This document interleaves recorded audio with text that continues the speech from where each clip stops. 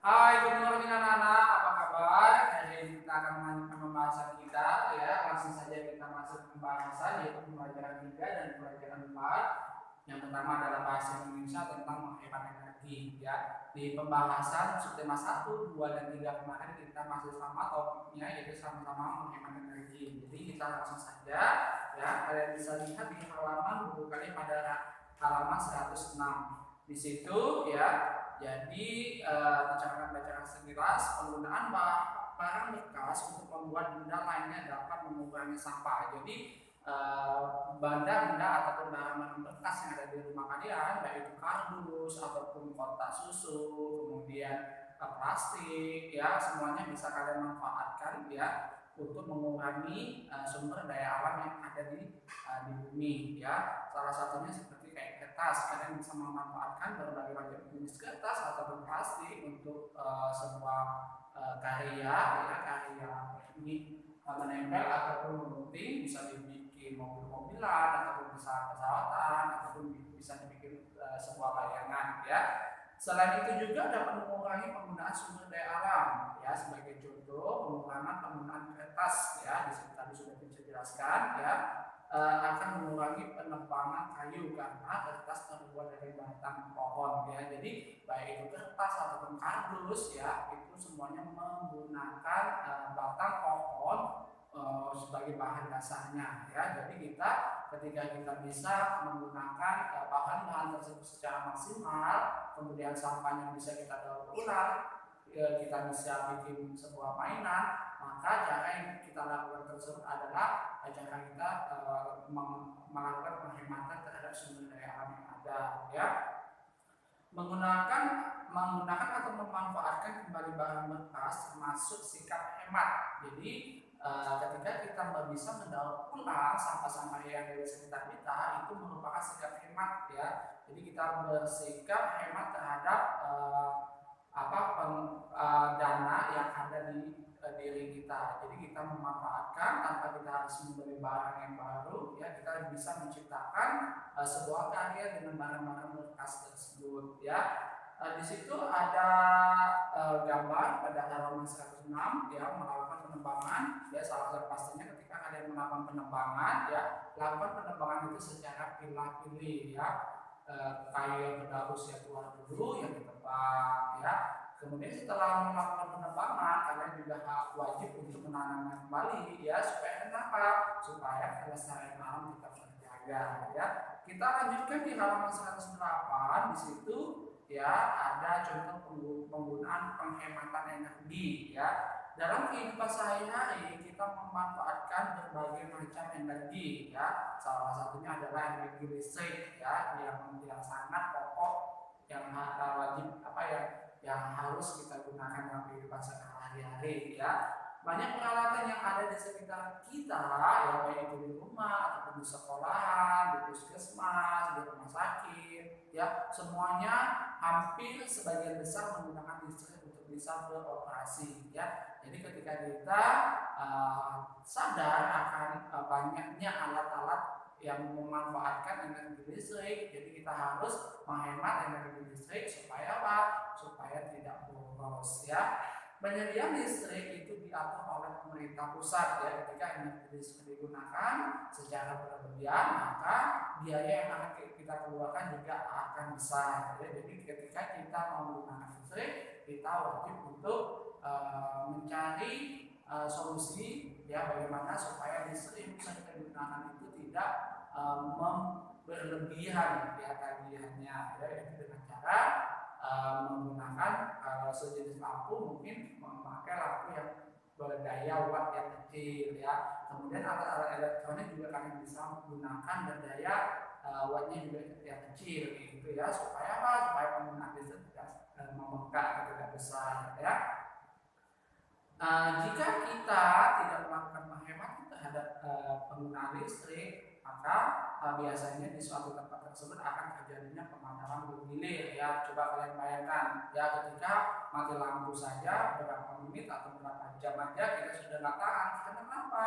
Mungkin alat-alat elektronik yang ada di rumah kita tidak berfungsi ya. Karena kenapa? Karena adanya pemadaman tersebut ya. Pastinya ya, yang di dalam gedung akan mengalami gelap, ya, kemudian akan panas karena kenapa pendingin ruangan tidak berfungsi dan lain sebagainya, ya.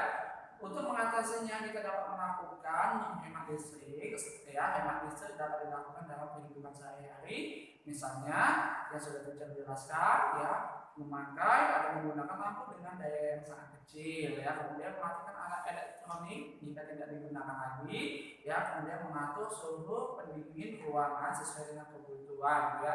Yang pastinya ketika alat-alat elektronik tersebut tidak digunakan, kalian wajib untuk mematikannya, ya.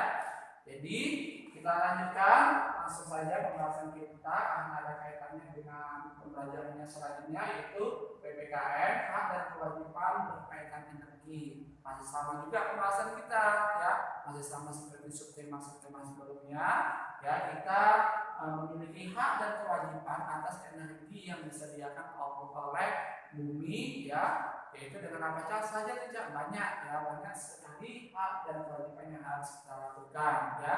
Hak dan kewajiban harus kita jalankan secara seimbang supaya apa?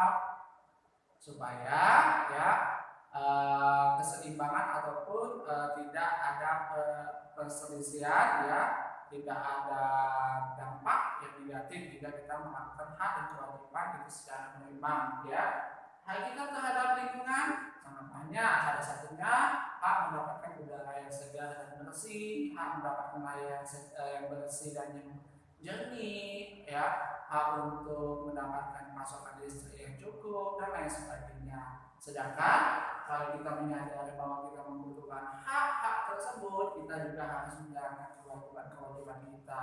Kalau kita ingin mendapatkan air yang bersih dan jernih, berarti kita harus menjalankan kewajiban dengan tidak membuang sampah sembarangan, dengan menanam pepohonan, ya, dan lain sebagainya. Jika kita ingin mendapatkan udara yang segar dan bersih, kewajiban kita adalah kita harus mengurangi penggunaan kendaraan yang menggunakan bahan bakar, ya. Kemudian kalau kita ingin mendapatkan hak berupa listrik yang cukup, pasokan listrik yang cukup, berarti kita harus berkewajiban untuk menghemat penggunaan listrik tersebut supaya apa? Supaya tidak boros ataupun tidak mahal ketika kita ingin melakukan pembayaran tagihan listrik, ya. Jadi sangat banyak hak dan kewajiban yang bisa kita lakukan dalam kehidupan sehari-hari untuk berkaitan dengan energi, ya. Jadi kita lanjutkan pembahasan kita yaitu SPDP.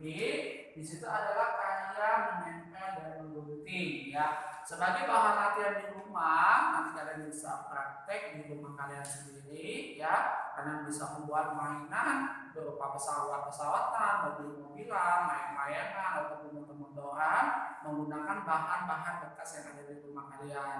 Kalian harus perhatikan ketika kalian menggunakan barang alat-alat berupa gunting atau pisau, ya, gunakan dengan cara hati-hati, ya. Tidak hati-hati nanti takutnya bisa melukai diri kalian sendiri, ya.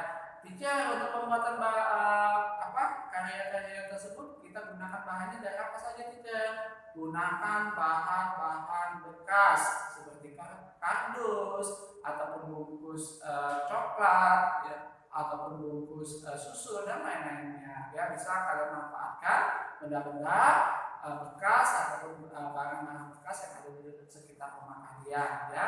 Kalian bisa praktekkan nanti di rumah, ya. Bisa kardus kemasan pasta gigi yang kalian siapkan, ataupun bisa kertas origami.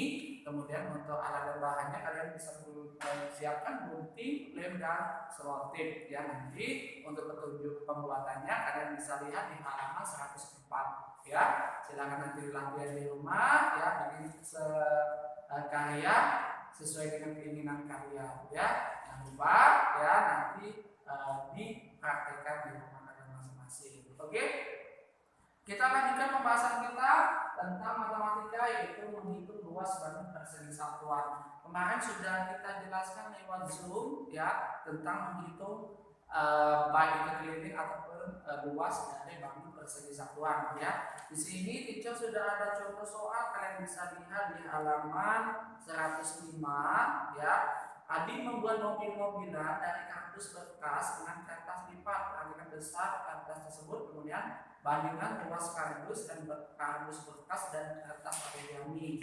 Ya, kalian bisa lihat di buku kalian, di situ ada yang pertama adalah kardus bekas, yang kedua adalah kertas origami. Ya, yang perlu kalian ingat adalah perhatikan satuan dari persegi satuan tersebut. Ya, di sini ada berapa persegi satuan dari luas kardus bekas. Kalian bisa menghitungnya dari angka 1, 2, 3, 4, 5, 6, 7, 8, 9, 10, 11, 12, 13, 14, 15, 16, 17, 18, 19, 20, 21, 22, 23, 24. Ya, jadi luas kardus bekas ya dengan jumlah 24 persegi satuan, sedangkan luas kertas origaminya berapa? Kita hitung bersama lagi. 1, 2, 3, 4, 5, 6, 7, 8,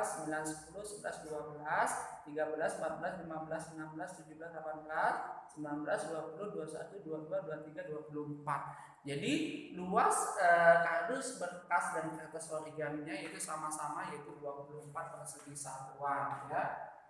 Luas kardus bekas, luas kertas origami itu sama-sama 24 persegi satuan ya. Sangat mudah untuk menghitung luas dari persegi satuan. Kalian cukup menghitung kolomnya saja, ada berapa kolom yang ada di gambar tersebut ya. Teacher, kalau untuk mencari kelilingnya gimana teacher? Kalau untuk mencari kelilingnya berarti kalian hanya menghitung bagian sisi dari persegi satuan tersebut. Kita hitung ya kelilingnya. Di bagian atas ada 1, 2, 3, 4, 5, 6, 7, 8, 8. Berarti kalau bagian atas 8, berarti bagian bawah juga 8. Bagian sisi kanan kirinya ada berapa? 3 dan 3. Jadi keliling kardus bekas ada berapa tadi? Atasnya ada 8 ditambah 8 ditambah 3 ditambah 3, jadinya berapa? 8 tambah 8 16 ya. 16 tambah 4 20 persegi satuan. Bisa keliling kardus atas origami berapa? Keliling kertas origami kita itu ada berapa? Berarti sama saja ya, kita hanya menghitung bagian sisi ya dari bangun tersebut ya. Ada berapa? 1, 2, 3, 4, 5, 6. Bagian atasnya ada 6 persegi satuan, berarti bagian bawah juga ada 6 persegi satuan. Bagian sisi kanan dan kiri kita itu 1, 2, 3, 4, 1, 2, 3, 4, berarti 4 sampai dan 4. Jadi kita tinggal gunakan saja. Berapa tadi? 1, 2, 3, 4, 5, 6. 6 ditambah 6 ditambah 4 ditambah 4 kan tambah 6 12 ya. 12 ditambah 8 jadi 20 persegi satuan. Sangat mudah untuk menghitung keliling dan menghitung luas dari sebuah bangun persegi satuan. Nanti kalian bisa kerjakan latihan di rumah ya sebagai bahan belajar ya. Oke, untuk penjelasan kita hari ini cukup sampai di sini. Jika ada yang bertanya nanti bisa tanya ke WA-nya teacher ya. Untuk masalah tulis akan dicek di Google Classroom. Thank you so much. I'm sorry for everything. Teacher Mikael says goodbye.